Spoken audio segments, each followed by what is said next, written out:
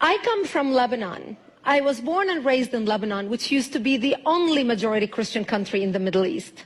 We were open-minded, we were fair, we were tolerant, we were multicultural. We prided ourselves in our multiculturalism. We had open border policy. We welcomed everyone to come to our country because we wanted to share with them the westernization which we had created in the heart of the Arabic world.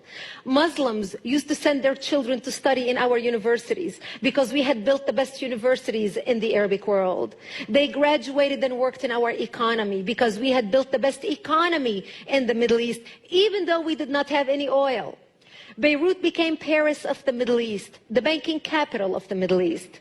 In 1965, National Geographic magazine had on its front cover, Lebanon, Eden of the Middle East. Unfortunately, all this began to change as the years went by.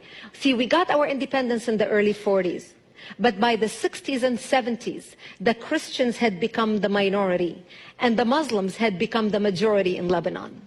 And as the Islamic population grew in the country became less and less tolerant because they started pushing for more rights that were not compatible with our Judeo-Christian value system that we had created.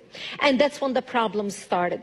The problem was contained until the influx of the Palestinians out of Jordan in 1970, when Lebanon brought them in because we already had refugee camps. Actually, at that time, Lebanon was the only country in the Middle East to accept the third wave of Palestinians into Lebanon.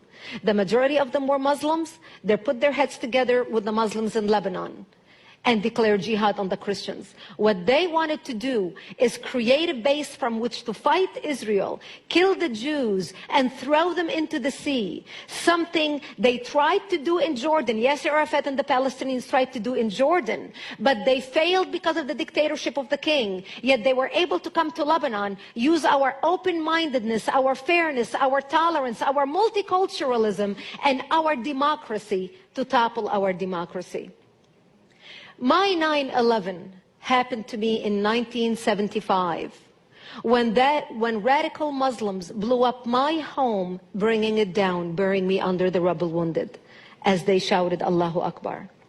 My only crime was that I was a Christian living in a Christian town. I ended up in a hospital for 2.5 months.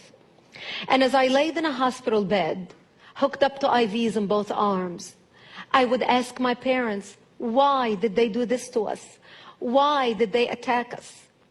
And my father would tell me, because we are Christians, the Muslims consider us infidels and they want to kill us. So I knew since I was a 10-year-old child that I am wanted dead simply because I was born into the Christian faith and lived in a Christian town. This is something so foreign to Christians in America. Because in America, our idea of persecution is, oh, I took my Bible with me to work today and people looked at me funny.